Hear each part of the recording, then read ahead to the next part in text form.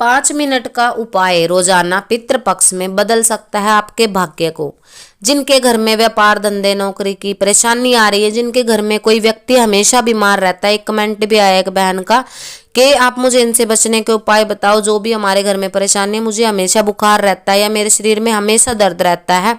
जिनके शरीर में हमेशा दर्द है, जिनके घर में बरकत नहीं, जिनके काम धंधे में रुकावटें आ रही हैं, आपको 100% पितृ दोष लगा हुआ है।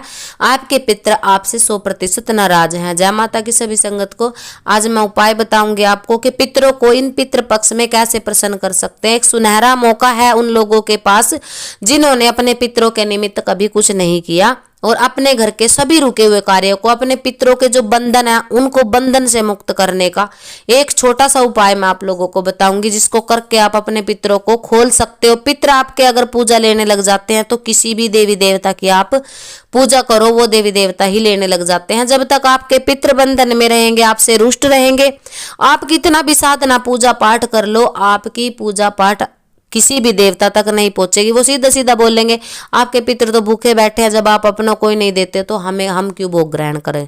ये तो नॉर्मल सी बात हो गई। तो क्या उपाय आपको करना है, पहले उपाय की बात कर लेते हैं, फिर इसके लाभ की बात करेंगे। उपाय आपको क्या करना है, जिनके पितृ रुष्ट हैं, जो काम धंधे से परेशान है। बहुत सारे बच्चों के मेरे पास मैसेज आते हैं कि माँ हम कोई भी काम लेने जाते हैं तो हमें जैसे काम नहीं मिलता, और अगर काम मिल जाता है तो वो सुचारू रूप से चल नहीं पाता, उसमें दिक्कतें अड़चने आती हैं। दूसरी बात, अगर हमने काम कर दिया तो उस पर पैसे रुक जाते हैं, हमारे पैसे नहीं आते, यानी कि सीधी सी बात है बरकत घर की रुक गई।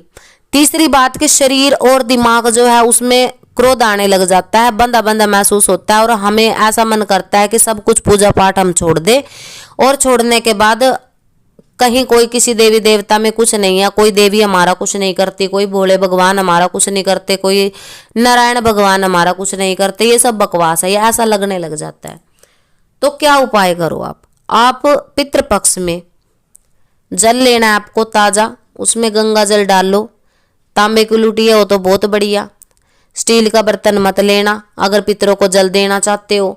स्टील का बर्तन आपको नहीं लेना, या तो कच्ची मिट्टी का करवा ले आ सकते हो आप, 20-30 रुपए का मिल जाता है कुम्हार के यहाँ से, या फिर तांबे की लुटिया हो, या फिर आपके घर में पित्तल का कोई लोटा हो। धातु या फिर मिट्टी का बर्तन आपको यूज करना होता है इसके अंदर। जब आप पितरों को जलांजलि या तिलांजलि देते हो, घर में 150 ग्राम काले तिल ले आओ दुकान से खरीद करके, तो उसमें 5-7 तिल डाल करके आप सब सर्वप्रथम सुबह नहा धो करके पहले माता रानी की जोत लगाओ। जो भी आप जोत घर में लगाते हो, जिस भी इष्ट के नाम की, सबसे पहले आपको उनकी जोत लगानी है नहा धो करके। उसके बाद उनको दूध का भोग अगर आप लगा सकते हो तो लगाओ, नहीं लगा सकते तो कोई बात नहीं। आपको जल के अंदर गंगा जल और तिल डाल के सूर्य देव को जल देना है, क्योंकि सूर्य देव जो है पितरों के देवता माने गए हैं। पितरों की संतुष्टि के लिए सूर्य भगवान को जल चढ़ाना बहुत ही आवश्यक होता है और ये उत्तम फल देने वाला होता है। तो आपको सूर्य देव को जलांजलि और तिलांजलि देनी है। थोड़ा जल उसमें बचाएं, वो अपने घर के कोड़े जो होते हैं, पिल्लर जो होते हैं, उस एक कोड़े पर अपने सभी पितरों का नाम लेकर के, से मेरे घर के जितने भी पितर हैं सभी के लिए मैं ये जलांजलि तिलांजलि दे रहा हूँ, आप इसको स्वीकार करो। तीसरी अंजलि आपको तुलसी माता के पौधे में देनी है, क्योंकि वहां पर श्री हरि विष्णु और माता लक्ष्मी का वास होता है, जो आपके घर की बरकत खोलने के लिए बहुत ही कारगर होता है। अब आपने जलांजलि तिलांजलि दे दी है, उसके बाद आपको क्या करना है। वैसे तो दोपहर के समय पितरों की पूजा की जाती है अभिजीत मुहूर्त में, परंतु क्योंकि काम धंधे वाले लोग दोपहर में समय नहीं दे सकते, तो आप जैसे सूर्य चढ़ जाता है 7 या 7:15 बजे के करीब, आपको एक घी का दीपक माता तुलसी के पास दक्षिण मुख करके लगाना है। पितरों के निमित्त, अपने पितरों के लिए सुबह शाम तुलसी माता में दीपक लगाए। रविवार को ये दीपक नहीं लगेगा और ना ही रविवार को तुलसी माता में जलांजलि और तिलांजलि दी जाएगी।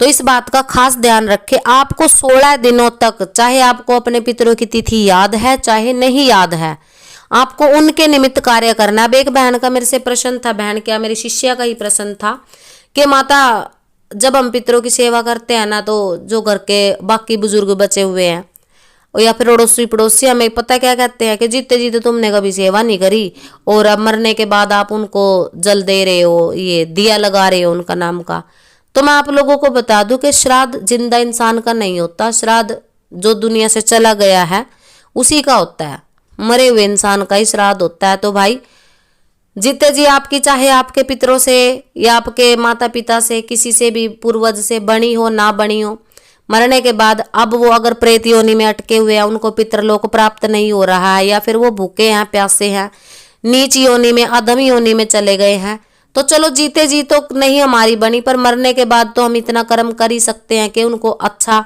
लोक प्राप्त हो, वो पितरलोक में जाएं और अच्छा उनको जीवन मिले।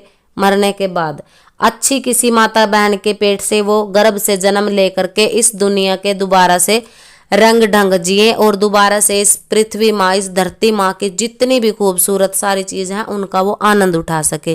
तो उनके अच्छे जन्म के लिए, अच्छी योनि के लिए हम ये कार्य जरूर कर सकते हैं। तो इस वहम को मन से निकाल दो कि हमने जीते जी उनके लिए कुछ नहीं किया, अब मरे वो को पानी देने का क्या फायदा। अगर आप जीते जी उनके लिए कुछ नहीं कर पाए तो ऐसा नहीं है कि इंसान का कभी मन नहीं बदलता। तो ये छोटी सी बात होती है। और दूसरी बात आपको याद रखनी है, आपके बच्चे चिड़चिड़े हो गए हैं, कहना नहीं मानते हैं। लोग कहते हैं कि अगर माँ बाप की सेवा ही नहीं करोगे तो पितृ कैसे प्रसन्न होंगे। देखो, अगर बच्चे चिड़चिड़े हैं तो वो इसी वजह से है कि आपने कभी माता पिता की सेवा नहीं करी, उसी का बदला वो आपके अंदर से निकालते हैं। आपके जो औलाद होती है, आपकी जो संतान होती है, उसकी बुद्धि वो बांध देते हैं, इसलिए वो आपसे झगड़ते हैं, बहस करते हैं, आपकी बात नहीं मानते हैं। तो इसके लिए सबसे पहले पितरों को जरूर प्रसन्न करें। छोटा सा उपाय हमने आपको बताया है, इस उपाय को करके आप अपने पितरों को प्रसन्न कर सकते हो, अपने कुल देवी देवता को प्रसन्न कर सकते हो। और सबसे बड़ी बात, अगर हो सकता है, अगर आपको तिथि याद है, कोई आपका पितृ ऐसा है जैसे 14 के पितृ होते हैं, त्रयोदशी के होते हैं, किसी के द्वादशी के होते हैं, किसी के अलग अलग तिथियां होती है, तो उस तिथि पर पितृपक्ष में आप, अगर आपका सामर्थ्य है तो हवन भी करवा सकते हो पंडित से, और उनके नाम की दान दक्षिणा भी दे सकते हो। सबसे बड़ा कर्म यही होता है।